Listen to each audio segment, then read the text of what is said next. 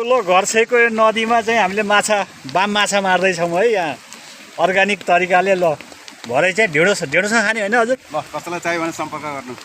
ढेँडोसँग होइन भरे खाने यो अर्ग्यानिक तरिकाको अर्ग्यानिक माछा है यो खुदी खोलामा खोइ त्यो बाल्टिनमा खोइ कति परेछ हेर्न पर्यो।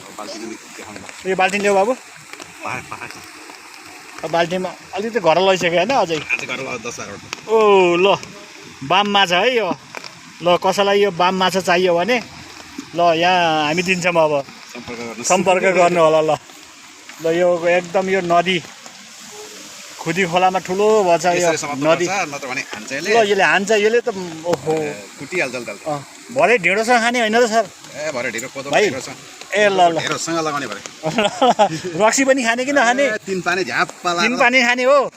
ए ल तीन पानी पनि खाने। ल ल ओहो ल ओ यो त टोक्छ नि फसाछ नि।